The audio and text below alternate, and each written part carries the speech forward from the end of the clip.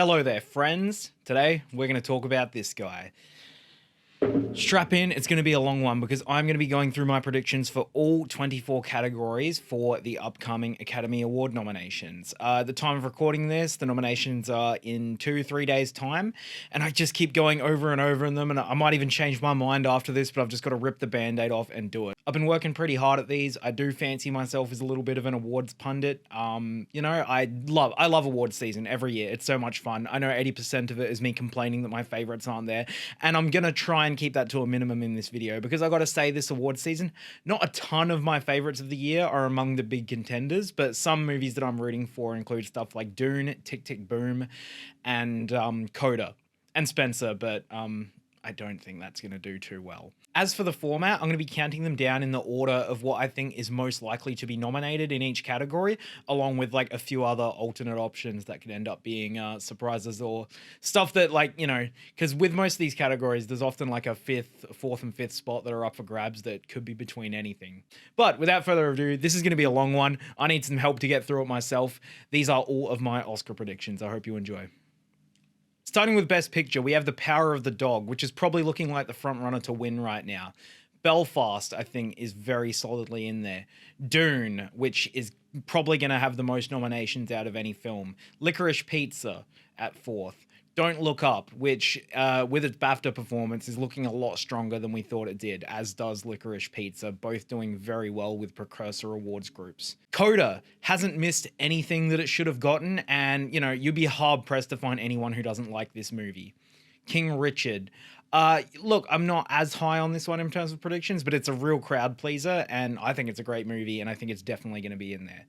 Eighth, West Side Story. Now, if you asked me a couple months ago, I would have said this might win Best Picture, but it's been really underperforming with a lot of the Guild nominations, so it's definitely going to be there, but I don't think it's going to be the juggernaut that we thought it might be. Now, 9 and 10th are the spots that are really tricky. At 9th, I've got Being the Ricardos, and I think it's in there. I wasn't really a fan of this movie, but the Academy love this sort of stuff. They love stories about Hollywood, they love stories about celebrities and real people, and they don't always love Aaron Sorkin, but it just seems this movie is really overperforming, and I think it's gonna come home with a few nominations. Now, on the 10th spot is Tick Tick Boom, and honestly my favorite of the 10, but I know that a lot of people are predicting this to miss in favor of some of these other ones I've got coming up, but I just think there's gonna be enough love and support for it within the Academy to scrape that Best Picture nomination. It might not get many more nominations than that, but that's my 10th spot. As for alternates, Drive My Car at 11th. Definitely performing the best out of any of the foreign language films. I actually saw it today, a couple hours ago for the first time, and I was a little underwhelmed by it, and I'm actually kind of surprised by how well it's doing. I am picking it for a couple other nominations, but I just don't quite see it crawling into Best Picture because it is, like, not everyone is going to love it because it is so long and so meticulously paced and so philosophical, and it's a real slow burn. But it continues to exceed my expectations, so who knows. House of Gucci, I still think could get in there, unfortunately. Nightmare Alley, outside shot, I don't think it will happen, but there's a bit of love for it in the guilds and it'll get some technical stuff, so who knows? It would be great. The Lost Daughter, outside shot, I don't think it'll happen, and The Tragedy of Macbeth, rounding out that. I don't think anything outside of these movies is going to be in the Best Picture lineup. Best Director, once again in the one spot, Power of the Dog, Jane Campion. I think she's going to win the award. She's sweeping every critics group, every guild so far, and I think she's going to take this home without much trouble. And the other two locks that I think are locks to be nominated in this category are Denis Villeneuve for Dune. He missed the BAFTA, surprisingly, but they do have those juries, which I'm going to talk about soon with the acting, but all of their director nominees were chosen by a small jury, so they obviously, that small group didn't like Dune, but there's no way Villeneuve isn't going to be here in the Oscar 5. And the third lock, I think, is Paul Thomas Anderson. He's exceeded expectations. He got that DGA Directors Guild nomination. He got the BAFTA nomination. Again, don't take too much stock in that, but I don't know. I think PTA's in there. Now, in the fourth spot, this is probably most people's number 5 because they usually do one like European oddball pick. I think it's Ryusuke Hamaguchi for Drive My Car. I'm pretty confident that he's going to get in. It could be Julia Ducournau for Titan who takes that spot, and I'd be kind of equally happy with either. But I think Hamaguchi has this. And I think that fifth spot is between Kenneth Branagh and Steven Spielberg. I know, I'm going out on a limb here and predicting Steven Spielberg to miss the nomination for West Side Story. I've got Kenneth Branagh in the 5 spot because I think there's just a bit more love out there for Belfast from awards voters. I think it's going to get more nominations than West Side Story. And I think Branagh's just going along for the ride in directing and screenplay. And Spielberg is that 6th spot. That's a tough omission because he very much could still get in there, but he missed the Directors Guild nom. As I said, West Side Story's been underperforming with the guilds, so that's my kind of left field miss because I do think they are going to squeeze in one of those foreign directors in there. As my 7th spot, I've got Julia Ducournau for Titan. I think she does still have a good shot, especially with people hitting back at the fact that Titan didn't make the Academy's shortlist for Best Foreign Language Feature because I know a lot of people really love that film. I've also got Guillermo del Toro for Nightmare Alley. Again, Nightmare Alley is just a case of whether they love the film or not because the Critics' Choice really went for it in a lot of categories. So I'm not ruling it out, but for him to get in here, it would have to get a few other nominations, including that Best Picture nomination. And finally, Pedro Almodovar, Parallel Mothers, another one that wasn't submitted for the Best Foreign Language Film shortlist, but Academy voters love Almodovar, and you can never rule him out. Best Lead Actress. Now, this category, this is why I've got the B as a K. Because it's a mess, especially after those BAFTA nominations. I think it's even more confusing than last year when each person won a different precursor award because, yeah, I don't know what's going to happen. At the number 1, who I think is most likely to be nominated, is actually Lady Gaga for House of Gucci. She is the only one of the sort of competing group that has not missed one of the 4 major precursor nominations. She got the Globe, she got the SAG, she got the Critics' Choice, and she got the BAFTA. Now, with the BAFTAs, how their acting voting worked, it was like 6 nominees. The top 2 are chosen from the entire Academy's votes. So it's about trying to figure out who those top 2 were and who is the most popular. And then the other 4 were chosen by the jury. So you can't take too much stock in that. But Gaga, I feel, was top 2 out of that BAFTA lineup because all 4 of the other predicted major contenders missed that nomination. So I think Gaga is very strong here and could even win, but I really don't know who the front runner is. Number 2, Nicole Kidman. Despite missing the BAFTA, she's gotten everything else. She won the Golden Globe. She's looking really strong. People are loving being the Ricardos. They're loving her performance as Lucille Ball. I personally think she's my least favorite of all my predicted nominees, and I really kind of hope she doesn't win, but she's looking pretty strong here. And the only other lock I feel to be nominated in this category is Olivia Colman for The Lost Daughter, who is really great in that movie. Yes, she surprisingly missed the BAFTA nomination, but so did everyone, and I cannot see her missing out on the Oscar here.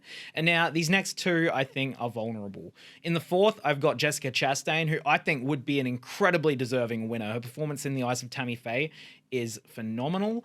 I think she should be nominated. Again, the only thing she's missed is the BAFTA. It's a really strong, transformative performance, but there's always the risk that the voters just don't care about that movie for one reason or another. So yeah, she's vulnerable, but I think she's in. And in a just world would be in the conversation to win, but it's not looking like that. And the 5 spot. Now, this is where it gets really tough.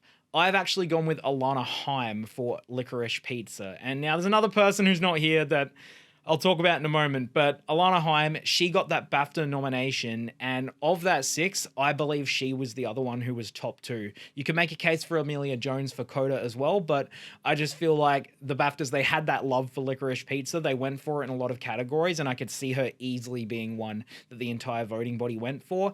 And there's a lot of people who could fill this 5th spot, but I'm just going for Alana Haim purely on the basis that I think there's going to be a lot of love for Licorice Pizza. Now, that name I mentioned before, Kristen Stewart, I've got her right on the bubble, but I'm actually predicting her to miss the nomination for her performance in Spencer. Now, spoiler alert, she's my favorite female performance of the year, in the lead category at least. I think she is transcendent in this movie and deserves to win the award, but no one seems to like Spencer.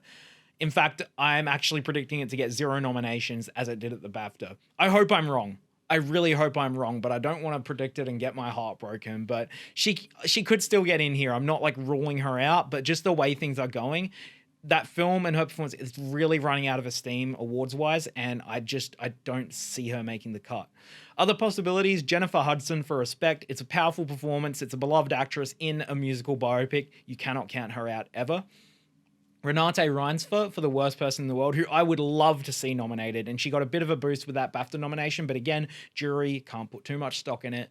But I don't think it's impossible. Penelope Cruz in Parallel Mothers, I wouldn't rule out either. She's beloved. Pedro Almodovar is beloved, and it's a really, really great performance. And the last name I have here is Rachel Zegler for West Side Story. A lot of people are still convinced that she's going to get in. I don't think she will, but I won't be shocked if she does. Best lead actor. This one is a little easier to predict. I think there are 4 names here that are not going to miss, and those are Will Smith for King Richard. He's killing it, and it's an amazing performance. Everybody loves him. He may well win the award. And duking it out with him is Benedict Cumberbatch in Power of the Dog. He is incredibly strong too and could also win the award. And just behind them, because he missed the BAFTA nomination, which pretty much proves that those guys are top 2, I've got Andrew Garfield for Tick, Tick, Boom in the 3rd spot. He would be my personal choice to win. I think he's incredible in that movie. And look, it's not impossible, but after that BAFTA miss, I think it's really between Smith and Cumberbatch. But we're not talking about the winners here. We're talking about the nominees, and Garfield will definitely be nominated. I also think Denzel Washington for The Tragedy of Macbeth will be nominated, and deservedly so. It's an amazing performance. Again, all he really missed is the BAFTA. And I know that movie isn't getting as much love as the performance in it, but I do think Denzel is going to pop up here. Now, as with most categories, the 5th spot is the tricky one. There's a lot of names you could throw around, and I'm being kind of cynical with these predictions, and because I don't have much faith in the Academy's taste, and so I'm going with stuff that I wouldn't personally have in there. But Javier Bardem for being the Ricardos, I think is going to be that 5th spot, and it's mostly because of that SAG nomination that he got, because there's a lot of crossover there. And you know, there are some other strong names here, but I think it's going to be Bardem. I wasn't a huge fan of his performance, but I think it's going to happen. Also on the bubble is Leonardo DiCaprio for Don't Look Up. He got that BAFTA nomination, yes, but there's no way he was top 2 from the entire voting body, looking at Smith and Cumberbatch being in there. So I feel like him getting that was just an oddball sort of jury pick. Now, I'm not ruling him out, because a lot of other competitors have fallen by the wayside, and Don't Look Up is getting a lot more awards love than we initially expected, and I wouldn't be surprised if the Academy go really, really big on it. So Leo could show up here. Peter Dinklage in Cyrano was a name a lot of people had in the top 5, but that movie's just had a really sort of bungled release strategy, and not enough people are either seeing it or caring about it, and I just don't quite think Dinklage is going to make the cut. Mahershala Ali, Swan Song, he got the Globe nomination and he got the BAFTA nomination. It feels like one of these indie sort of performances, like an Ethan Hawke in First Reform type, that gets a lot of love from the critics and some other voting bodies, but just, it doesn't, I haven't seen the film, but it just doesn't feel like one that's going to translate come Oscar night. And the last name here is purely wishful thinking on my part, but Nicolas Cage and Pig ranting about, who, like, you know, he's the Adam Sandler Uncut Gems pick. You know, he's probably not going to get in, but we all hope he will. For Best Supporting Actress, now I think this category is the easiest to predict out of the above the line stuff. And we've got Ariana DeBose for West Side Story in the 1 spot. I think she's going to win the award. I don't think she's going to lose a single precursor, and deservedly so. I'm not huge on that movie, but I would have her winning this award, aside from a couple other people who I'm going to mention soon. 2 spot, Katrina Bell for Belfast. She looked like she might have been vulnerable for a bit there, but she's come home pretty strong. Hasn't really missed a beat in terms of getting precursors. I think she's the best performance in that film, and she'll be a really deserving nominee. Kirsten Dunst for Power of the Dog. She did miss the BAFTA despite them really loving that movie, but I don't doubt that we're going to see her name come Oscar nomination morning. Anjanou Ellis for King Richard. She's going to be here. She missed the SAG award, which was really crazy, but they did a few crazy things there, and she's fantastic in that movie, and I think we're going to see her here. And the 5th spot is up in the air for some people, but for me, I think it's Ruth Negga in Passing, and I hope it's Ruth Negga in Passing because she's amazing in that film. And she hasn't missed really any of the precursors besides Critics' Choice. So I think she's there. I think we're going to see her. And in the 6th spot, who I don't see happening, but a lot of people do, is Anne Dowd in Mass. I think in a just world, she would be winning this award and it wouldn't even be close, because I don't see how you could have seen the film Mass and not vote for her performance. And the same goes for Martha Plimpton in that film and everyone in it. Jason Isaacs. Anne Dowd, it's a towering performance, and I'll be jumping for joy if she shows up, if her name gets read out, but I just don't think enough people will have seen or care about the film. I think she just needed to get a bit more in terms of precursors. Other names, Jessie Buckley. We all know I'm in love with Jessie Buckley for The Lost Daughter. She got that BAFTA nomination. Wouldn't be surprised if she shows up here. I'd be very delighted if she does. She's in my personal top 5. Kate Blanchett for Nightmare Alley, purely off that SAG nomination. You can't rule that out. And finally, Marlee Matlin for CODA. I know a lot of people are actually predicting her to get in the top 5, but she hasn't gotten a single precursor nomination really, despite everyone really loving the film. So I personally think she would deserve to be here, but I just don't see it happening. Best Supporting Actor. Cody Smith-McPhee is feeling like a pretty clear frontrunner here for his performance in The Power of the Dog. He's been winning every Critics Award and he has not missed a beat, and he's definitely going to be nominated here, as will Troy Kotsur for CODA, who's my personal pick to win in this category, I hope, because the Academy refuses to acknowledge that Jason Isaacs' performance in Mass exists, but that's a rant for another day. But Troy Kotsur will definitely be here, and it's been a great couple of years for deaf performances. Ciarán Hinds for Belfast. Now, for a while, it was looking like he and Jamie Dornan were both going to get nominated for their performances in that film, and I think they're both really great in it, but the cream's rising to the top, and I think it's Hinds who's going to come through, and I think they're probably just going to steal a few too many votes off of each other for Dornan to quite make the cut, but I think Hinds is in that top 3 and will definitely be nominated. Jared Leto for House of Gucci. He's in my 4th spot. He's going to be here. I'm not happy about it, but he's going to be here because, I don't know, you put on a silly costume and do a funny voice and the people equate that with good acting. I don't know what else to tell you. The 5th spot is a bit trickier to predict. There's a few names floating around, so I'm going with one that I think would be a really fun pick, and again, predicated on me thinking the Academy are really going to go for the movie, is Bradley Cooper in Licorice Pizza. He has such a small amount of screen time, but he really leaves a lasting impact on that film, and he gave another great performance this year in Nightmare Alley, so, you know, combine all that, combine the love. There's a few names who could be here, but he is in my 5. And I've also got Jamie Dornan in Belfast. Again, not ruling him out. There's a whole lot of love for his performance out there. Jesse Plemons for The Power of the Dog. I love Jesse Plemons, but I think he's probably the least memorable of the 4 performances in that movie, but he's building a bit of steam at the right time, so don't count him out. Ben Affleck for The Tender Bar, got that Golden Globe nomination, got that SAG nomination, I believe, so you never know. You never know. I don't think it'll happen, but you never know. J.K. Simmons being the Ricardos, don't count him out if they really love the movie. He's a lot of fun in it. And at the 10th spot for people, Mike Feist for West Side Story. I loved him in this movie. He just got that BAFTA nomination, but I don't really think this is going to happen. Now, on to the screenplay categories. First, we have adapted screenplay. I have The Power of the Dog at number 1. Not everyone thinks this is going to win because it's not a very screenplay-driven movie, but I just think this is... You can't count this movie. In any category where you think it might show up, it's going to show up. I also have CODA, which is really just building so much steam, and I loved it a whole lot more the second time around, and it's going to be a really deserving nominee here. The Lost Daughter, I think, is pretty safe here. It really is a screenplay-driven movie, and it's Maggie Gyllenhaal's debut, and I think they're going to want to reward that.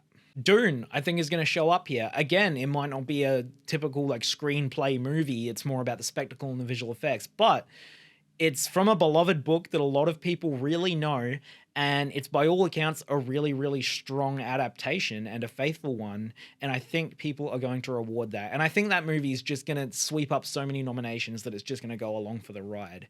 Now, at the 5th spot, I'm actually predicting both the musicals to miss this category, and I've gone with Drive My Car in the 5th spot for Ryusuke Hamaguchi.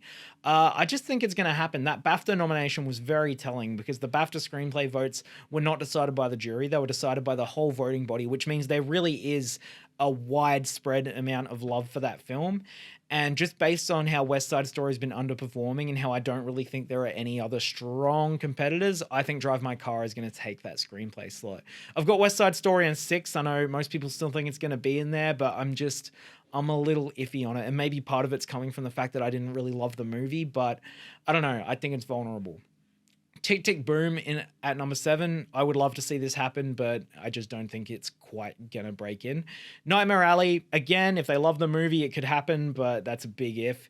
And Tragedy of Macbeth in that last spot, which I don't really think is gonna happen. Original screenplay. Now, I actually think this is probably one of the easiest 5s to predict. I'll be really surprised if something other than this 5 scrapes in here. Belfast, Licorice Pizza, Don't Look Up, King Richard, and Being the Ricardos.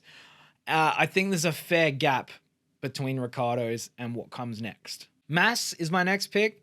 It would be really great. I just, again, don't think quite enough people will have seen the movie. The French Dispatch, you can never count out Wes Anderson. Parallel Mothers, you can never count out Almodovar. And Come On, which I know it's one of the few movies I haven't seen yet. It's not out here yet, but I know so many people have been crying out for this movie to get recognition here, but it just hasn't happened anywhere, and I don't think it will here. For Best Cinematography, I think Dune is pretty comfortably going to win this one. Power of the Dog is going to show up here. Tragedy of Macbeth is a really, really great looking movie, as is Nightmare Alley. And I know there's not going to be a lot of love for those two movies across the board, but I think they're going to show up here. Nightmare Alley especially has had a really, really strong showing from the guilds and just pulling cinematography nominations everywhere despite the movie not really getting love in above the line categories. And the 5th spot is a tricky one. It's kind of between Belfast and West Side Story for me here. I'd personally give it to West Side Story because I think Belfast is just, they slapped a Lumetri black and white color filter on it to add prestige and people are drinking the Kool-Aid, but I think Belfast gets that cinematography spot. It got nominated by the Cinematographers Guild and West Side Story didn't, which I think is nothing to sneeze at. I've got West Side Story at 6. I still think it can easily happen. And then at 7th, I've got Spencer, which freaking should be here. It won't. But Claire Mathon's work on that film is incredible and it deserves to be recognized, but it won't. Oh well, whatever. And in the 8th spot, I've got The Green Knight, which they do like to sometimes go for an indie one or a left field one. And The Green Knight has some of the best cinematography of the year as far as I'm concerned. And I won't be shocked if it shows up here. I'd be delighted. For costume design, now, from the beginning, everybody's kind of agreed that Cruella is going to win this, and I still think that's the case. And deservedly so. I loved Cruella. It was awesome. I think House of Gucci is going to show up here. Dune is going to show up here, even though everyone's kind of just wearing the same outfits in it. It's just going to go, all the tech, Dune is going to lap them all up. It's going to happen. West Side Story, I think, still gets in for this one. And the 5th spot's a tricky one. I'm going with Cyrano. I've just got a feeling about it. It got that BAFTA nomination. Again, there's been issues with the film like being released everywhere, so not everyone's seen it. But this is just a purely like gut instinct, and it could be a number of things, but I'm going with Cyrano. Other options, Nightmare Alley could definitely do that. It's been doing well with the guilds. This French Dispatch could get in there. There's so much going on in that film. And don't count out Spencer, but count out Spencer because everyone hates it. Best film editing. Now, this one's actually been like really, really tough for me to predict. I think there are 3 locks in here to be nominated, and those are Dune, Power of the Dog, and Belfast. I think Belfast is actually kind of poorly edited, but Bohemian Rhapsody won the editing Oscar, so like, you know, whatever. It's gotten in everywhere. It's going to get in here. And the other 2 spots are really, really tricky. I've again gone against the 2 musicals, and I've gone with Don't Look Up and Licorice Pizza to fill in those spots. I just think that a lot of people don't think Don't Look Up's going to get in there. The editing's probably not as strong as McKay's last 2 films, but I don't know. If they're going for Don't Look Up, why wouldn't they nominate it for editing? Because there's a lot of editing in it. And generally the films that show up here, 1, are Best Picture contenders, and 2, are films that just have the most editing rather than the best or the most tasteful. And Licorice Pizza, I think it's there because there's just a lot of love for the movie, and it's been getting editing nominations at other places. West Side Story and Tick Tick Boom are right on the bubble. Either of those could easily happen. I would love for Tick Tick Boom to get in there, but it just looks like it's on the bubble with a few of those categories. King Richard, I will not be surprised if it shows up here too. Nightmare Alley and No Time to Die. Best makeup and hairstyling. You can lock in the eyes of Tammy Faye for a nomination here and possibly the win. I know there's not a lot of love for the film on the whole, but Chastain's makeup work in that film is really transformative and genuinely really well done. Like, it was nowhere near as distracting as I was expecting it to be, so that is definitely going to be here. Dune, again, technicals, it'll be there. In the 3rd spot, I've got Coming to America. Now, look, no one really cares about this movie, but it showed up on the shortlist. And when something weird like that shows up on the shortlist, you can kind of expect that it's going to be there. And I don't know. I think it will. Cruella should show up here, and House of Gucci in that last spot. But again, West Side Story could be here. Suicide Squad could be here. I don't think anything else will be outside of that 7. Best production design. Now, I actually think this one's a pretty clean cut 5. We got Dune, we got Nightmare Alley, we got The French Dispatch, we got The Tragedy of Macbeth, and we've got West Side Story. And I think that would kind of be a pretty much perfect 5. Those are all great choices. I think Belfast could be in here because they built a street. So I won't be surprised if Belfast maybe knocks out West Side Story there, and Cyrano could get in too, but I don't really see it happening, and I don't see anything else happening. Best original score. I would love to see Johnny Greenwood get the double nomination here, but he probably won't. But he will get in for The Power of the Dog and Dune, which I still think Dune's probably going to win this award, so I've got that in the first spot. Power of the Dog second, Johnny Greenwood. The French Dispatch in third, because you can never count out Alexander Desplat. Don't Look Up, which has a really low-key great score by Nicholas Britell. And in the fifth spot, I've gone with Encanto. I know a lot of people think Spencer's still going to be here, and I think Spencer is the best score of the year, and like it's not even particularly close, but I just think people hate the movie, and it's not going to happen. And they're not going to give Johnny Greenwood 2 nominations for that movie. They don't care. So I've gone with Encanto in that fifth spot. It got the Golden Globe nomination. It's a really, really nice score. And, you know, I won't be angry if Encanto's in here. It would be deserved. And then I've got Being the Ricardos in the sixth spot because I think they've nominated Daniel Pemberton before. I'm not 100%, but he just got a BAFTA nomination for it, which is really weird. I don't know why, but I'm not ignoring it. And then Parallel Mothers, Spencer in the seventh spot and Parallel Mothers in that last spot because it got that Globe nomination as well, and it's a really great score. Best Original Song. No Time to Die. I still have it number 1, and I think it's going to win, and I hope it does because it is a banger. Be Alive from King Richard I've got here. It's kind of, a lot of people thought that was the front runner, but it's kind of run out of momentum, but I still think it's going to show up here. Dos Oruguitas from Encanto. Far from the best song from Encanto, but that seems to be the one that Disney are pushing. But, I mean, we don't talk about Bruno, Surface Pressure. Like, what do you... Come on. Those are so much better, but it's going to be Dos Oruguitas. Just Look Up from Don't Look Up, I think, gets in here. It's a really fun, really funny song, and I think they're going to love the movie enough to put it in here. In the fifth spot, it's a bit of a wishful one, but I've got Guns Go Bang from Harder They Fall, which is an awesome track from an awesome film, and I hope it gets in. But it could just as easily be my number 6, which is Down to Joy from Belfast, if they really just want to over-nominate Belfast and put it in for everything. And then a real wishful pick here at number 7 is So May We Start from Annette, which I wasn't huge on that film, but I love that song and I love the Sparks Brothers, and it would be really cool to see them perform that at the Oscars. And then I've got Here I Am Singing My Way Home from Respect as that other one, but they always do some weird stuff in songs, so honestly, anything from that shortlist could show up here. Best Sound, again, was kind of a tough one for me to predict. Dune, I think, is a lock for this, and it's going to be a lock to win. West Side Story, I think, shows up here. No Time to Die, I'm pretty confident in those 3. And then in the 4th and 5th spots, I've kind of gone with some long shots for this ones, but I've gone with A Quiet Place Part 2 in the 4th spot because the first one got that nomination. And I know that movie came out a while ago and people aren't really talking about it anymore, but I don't know. I've just got a feeling. And I also have a feeling about The Last Night in Soho. Baby Driver got this nomination, and it's picking up sound nominations in other places, including the BAFTAs most recently. And there is a bit of love for the film. As a huge Edgar Wright fan, it was a bit of a letdown for me, but it does sound really great, and I won't be surprised if it shows up here. But don't be surprised if I'm wrong, and those picks end up being either Tick Tick Boom, which would be great, or Belfast, because again, they're just over-nominating Belfast in every category. And Power of the Dog, I also think, don't be surprised if it shows up here.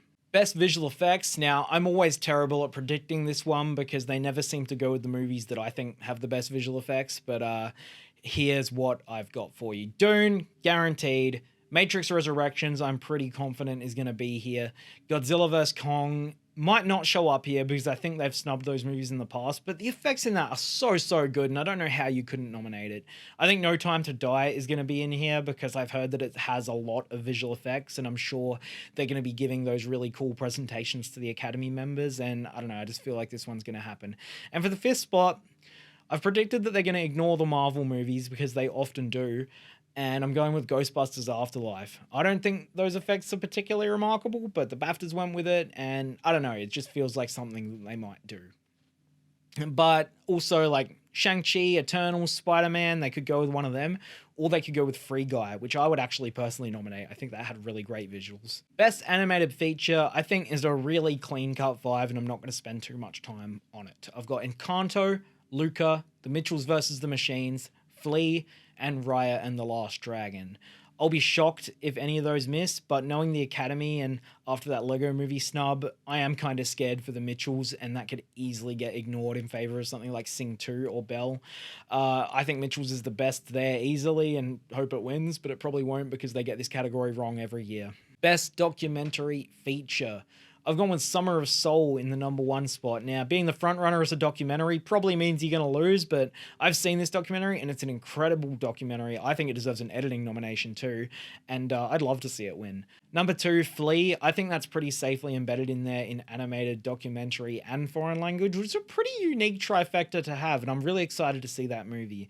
The Rescue was the frontrunner for a little while. It's by the creators of Free Solo, which did win the Oscar, and it's a really great documentary. I've seen it. It's really rousing and maybe a little too Oscar baity for my taste, but I really liked it and it'll definitely show up here. The other two, I haven't seen these, but I've got Procession and Ascension. I think from what I've heard, they are pretty safe in there, especially Procession. I've heard really, really great things about. The Velvet Underground, I've got that could easily be a spoiler from Todd Haynes. That could easily get in here. Attica and The First Wave are a couple of other possibilities too. Maybe even the Billie Eilish one, if they just want to go all out on Billie Eilish. Best International Feature. Now, with the shortlist whittling down a lot of stuff that people thought might be here, like Titan and Parallel Mothers not getting submitted by Spain, I think this is a pretty easy 5 to predict.